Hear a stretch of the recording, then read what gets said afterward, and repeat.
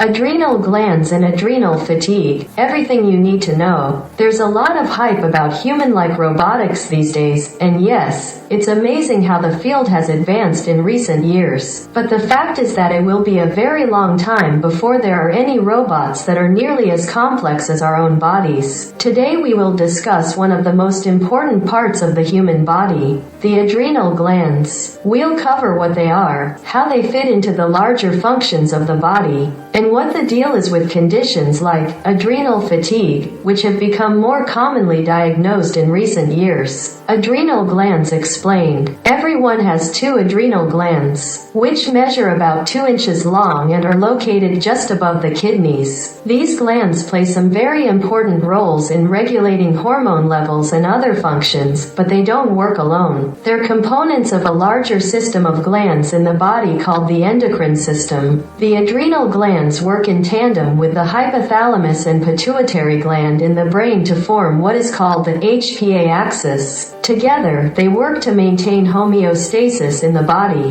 which essentially means keeping all the organs and critical systems and functions of the body working normally. The HPA axis helps to regulate blood pressure, body temperature, and sex hormones like estrogen and testosterone, as well as other hormones like cortisol, also known as the stress hormone. Finally, the adrenal glands trigger the production of adrenaline, which plays a critical role in the fight or flight response, among other things. Other endocrine system components that the adrenal glands work with include the thyroid gland, the testicles in males, the ovaries in females, the pancreas, and the parathyroid glands. What adrenaline does. In addition to all the normal day-to-day functions mentioned above, adrenaline also plays a role in helping the body to protect you from a perceived danger, or survive an extremely stressful situation. Stress at work, for instance, will trigger a small increase in adrenaline, probably enough to make you slightly uncomfortable, but not anything serious. That's because your brain correctly perceives that you aren't in a dangerous situation. In a truly life-threatening scenario, though, you would experience a short-lived, massive release of the hormone called an adrenaline rush. This is an evolutionary adaptation which occurs in all animals. It triggers the unconscious fight or flight response, which helps a living creature fight off an attacker or run away. When this occurs in a human, it's characterized by an elevation in heart rate and respiration, dilated pupils, and raised blood pressure. The person experiencing it will also perceive events differently. The surge in adrenaline causes a feeling of hyperawareness and concentration. Many times, people who survived a life-threatening situation will recall how it felt like things were moving in slow motion. This sensation is caused by the adrenaline rush. It will also cause a temporary increase in strength and speed to help the individual get away from the danger. It may sound like some kind of superpower from a comic book, but it is in fact just a normal biological response designed to help you survive. While this physiological response is designed to protect you, it's only meant to last a few minutes. If it happens too much, it can be quite damaging to the endocrine system and the body as a whole. What's the deal with adrenal fatigue? Is it a real disease?